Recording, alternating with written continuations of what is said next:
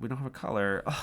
Ugh. What's going on, everybody? This is Tyler, and I am back with a brand new video. And today I'm going to be doing a challenge. I'm going to be drawing a character that Chat GPT gives me. So basically what I did was I typed into Chat GPT, I need a character to draw. So Chat GPT, after you type that in, is going to spit you out a paragraph basically listing all of the things you need to draw a character. And I'm going to go over exactly what it gave me and proceed to draw that character. I'm going to go over what it gave me, and then I'm going to get to the drawing aspect, and I'm going to bring you guys along with me, and I hope you guys enjoy. Let's get started. Okay, so I pulled up what the Chat GPT gave me, and here it is. So it gives me a character named Celine Nightshade, half human, half elf. Female, appears 25 but is much older, all right?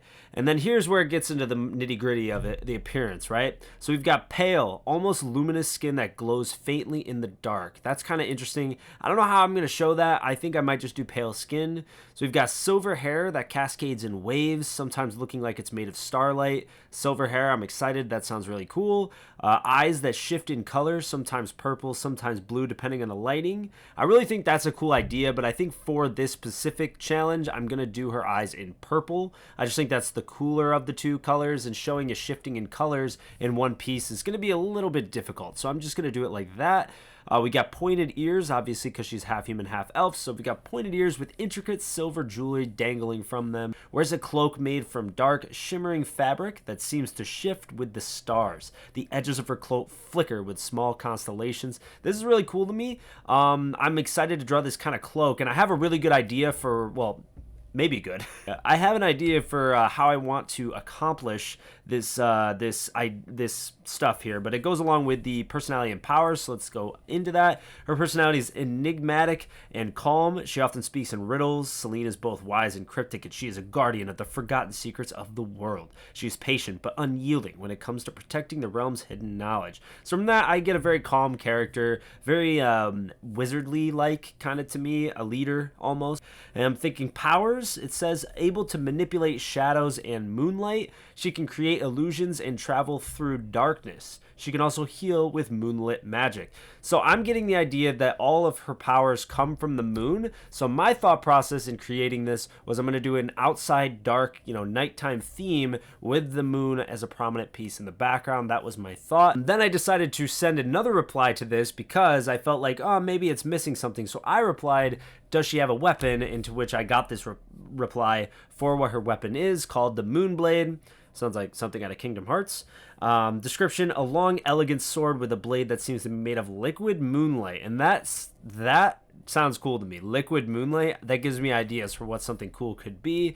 Constantly shifting and glowing. The hilt is wrapped in black leather with intricate runes etched into it, which glow faintly when she channels magic through it. The blade is razor sharp, but also has a fluid, ethereal quality, almost like it's part of the night sky itself. So I have an idea for this. I'm going to kind of take it. I think I'm going to make the blade almost feel like it's alive, like there's magic flowing through it, glowing magic. But anyway, that is what ChatGPT gave me. So I'm going to get on to my sketch and then show you guys what I've come up with after I get the sketch done, and then we will get right into the rendering and the coloring phase of the project. All right, guys, so I have just completed the sketch, and you are looking at it right now on the screen. So basically, when I was doing this sketch, I decided on all the things that I liked. I decided on this pose. I thought that it would seem the most calm, having her holding the sword kind of down, and I decided to put a gigantic moon in the background. I thought that might give a cool appearance if I have it kind of glowing on her backside, you know what I mean? Like if she's kind of darker appearance and then it kind of glows and gives her sort of this cool moon outline on the back. That's what I was going for. We'll see if I keep it or not. I have no idea. I might shrink up the moon too. It might be a little bit big, but this is where I'm at right now. But for right now, I'm very happy with this, and I think this is cool, and I can't wait to get right into the colors. So let's get started and go in and apply the colors. So as you can see, here's the sketch that I used, and right now we're gonna go into it and start laying down some base colors for the background. I'm thinking like a navy, like a midnight navy purplish color, kind of really dark, something like this. And I'm thinking maybe we do a little bit of a gradient here. I think that's kind of a cool little, I think that gives some, some cool color color contrast, okay? And then for the background, obviously I've got this moon, but I don't want the moon to look like just a flat circle. So what I'm gonna do is I'm gonna paint right over top of it. So we're gonna go and we're gonna do a little bit of hard light, and I'm gonna do a little bit of this on the outskirts of that moon. And I'm gonna blur the edges of this circle. Okay, something like this. There we go. Something like that, so that the circle's a little bit more of a blurred edge. And then I'm gonna add this sort of lighting to it, to the outside. Something like that. I think that looks pretty good. So now we're gonna go into adding a base color for my character here. So I'm gonna come in here and I'm gonna add in my base color. Very pale. I know right now, and I actually might go a little bit lighter because just a little bit more towards the white. Yeah, there we go. Because of the background. So like her face against this white is going to appear very pale, but when you put it against this dark, it's going to come off as a little bit different, right? They're always going to look a little bit different. So I'm going to go just a little bit warmer, but she's still going to appear very, very pale, and you'll see towards the end, but she's going to be very pale. Now I've got this base color. Her skin tone is very light, but I am going to darken this. I'm going to do exposure. That's what I'm going to do, so that I just darken it, right? So here it is, and we're going to go down a little bit. So there's our base color there. Very pale. You can see she's almost like paper.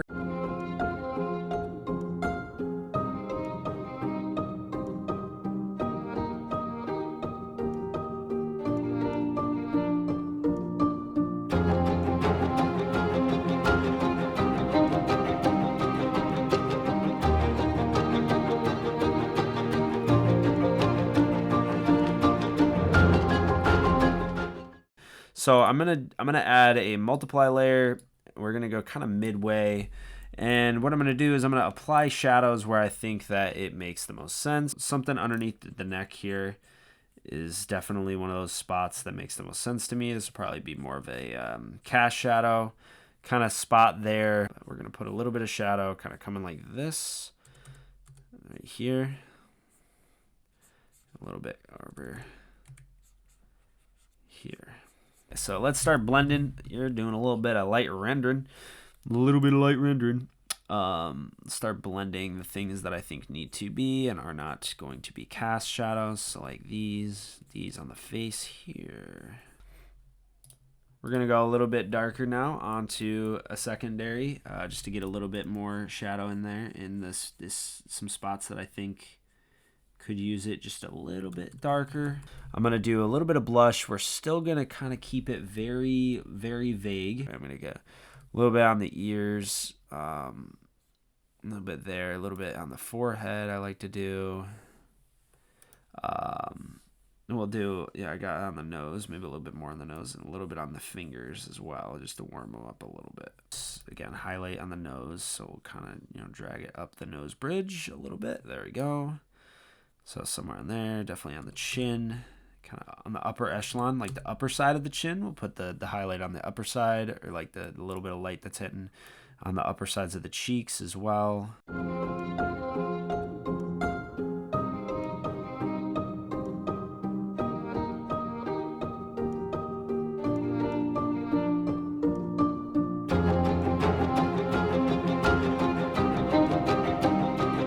All right, so pretty much the skin's done there. So then we're going to go right into, we're just going to jump straight headfirst into the eyes. But anyway, let's get into her eyes. So, dude, it's like a bluish I'm going with, more of like a blue. I want to make sure it's the right spot here. So, okay, fill that. I'll fill this up as well. Something there. So we've got base coat for the eyes. I usually do the lips at this point as well. Just do this.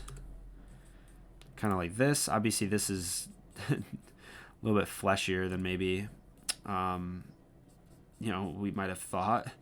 But this is how I am going to do it. Yeah, I want it to be like a nice purple. Something that, you look at and you're like, that is really purple. I want to make sure it's dark though. There we go. I like that color. I think this color works. It's a little bit brighter than maybe, a little bit more saturated maybe than what I had actually intended or actually wanted initially, but I do kind of like it. So I'm just going to go with it. We're going to rock with it.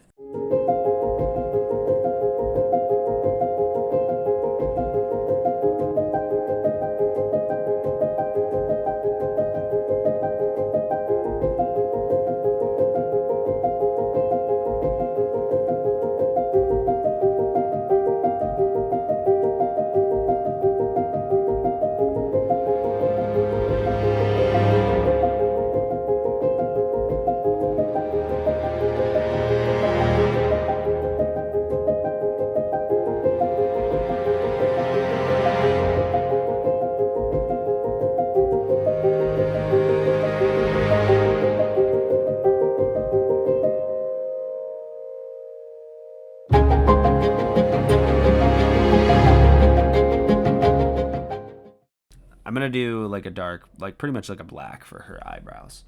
I don't like having like blonde colored eyebrows, which essentially are like basically the eyebrows don't exist.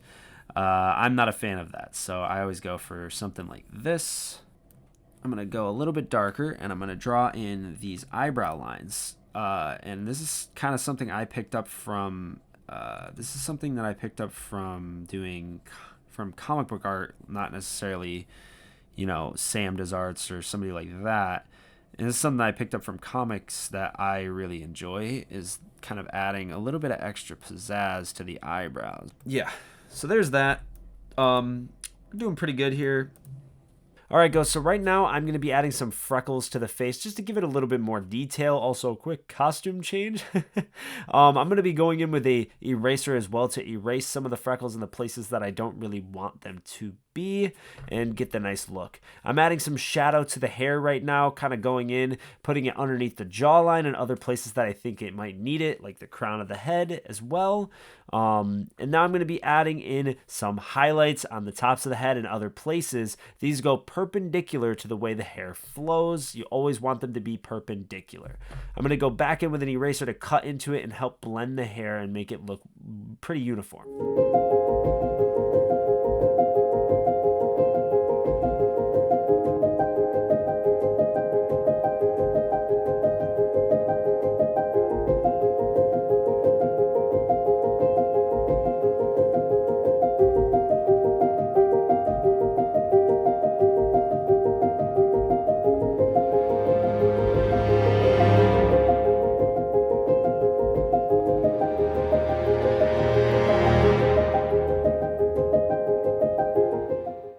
All right, so right now I'm going to be adding some outlines and hair on the outside to kind of frame the hair as best as possible. I find like this helps create the illusion of hair a little bit more since I use shapes and not real strands of hair when I'm doing this. And I think this looks the absolute best. Obviously, I learned this from Sam Yang, and I think this looks good. I love adding hair coming across the forehead and kind of across the face. I always think that's a cool look, helps give some depth to the image as well. And I really like how that always turns out. I think it's really fun. And it gives more of a messy hair look, which I love.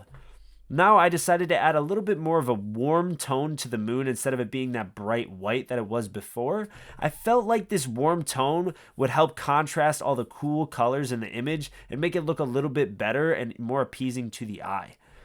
Now I'm adding a little bit of that backlight to the hair. Remember that now, because of the warmness, it's going to help that backlight stand out, which was also another reason why I did it. And we're adding it to the hair. Basically, the light coming from the moon is going to give almost like an outline of the character. I wanted to also add some fraying of the cloak at the bottom. I thought that would look cool, kind of trying to make it look a little bit like smoke, almost like the cloak is just disappearing into the night. Since this is a magical character, I wanted as much magical stuff that I could think of to add to this character and make it look even cooler. Right now I'm adding some stars to the cloak as well. I remember that the Chat GPT description said that there were stars in the cloak, so I decided to do this and try to make it look as much like a galaxy as I could in the cloak, and I hope it came out okay.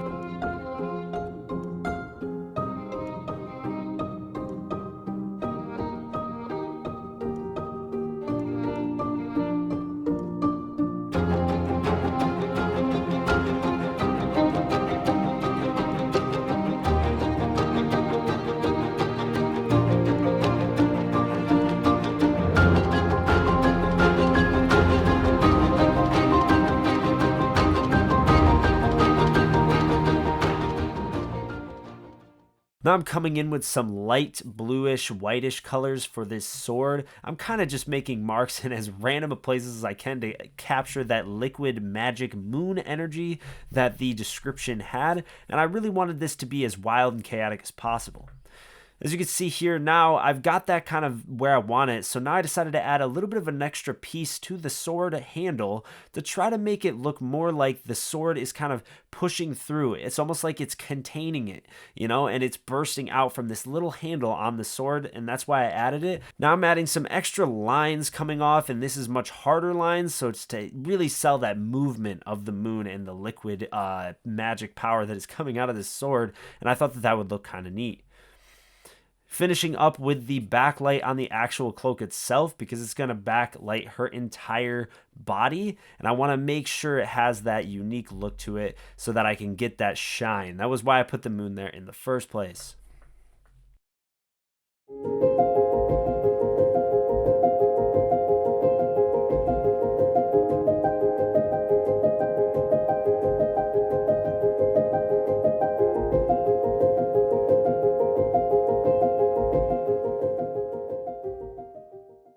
Yay! Boom, we are finally finished, guys. Right here is the finished product. As you can see, I added a few extra details off screen, just a little bit more color in the blade and a few other things just to kind of touch it up, because I felt like I needed it when I went back and looked, and I'm so happy with the results. This was such a fun challenge to do, and I would love to do something like this again in the future. Maybe another Chat GPT, maybe a TikTok challenge, I don't know, but some sort of art challenge in the future would be so fun. And this is one of my favorite pieces I think I've ever done. It just turned out that way, and it's such a fun fantasy piece, and I had tons of fun doing this challenge, guys. So I hope you guys enjoyed the video as much as I enjoyed making it, and I thank everyone and anyone who tuned into this video, and hopefully you guys will be able to check out some future videos that I have coming out, hopefully every single week, once a week. I'll have a new video coming up for you guys. So hopefully I will see you guys again next week. And thank you for tuning in to this video. Please like, comment, and subscribe. And I'll see you guys in the next one. See you. Peace.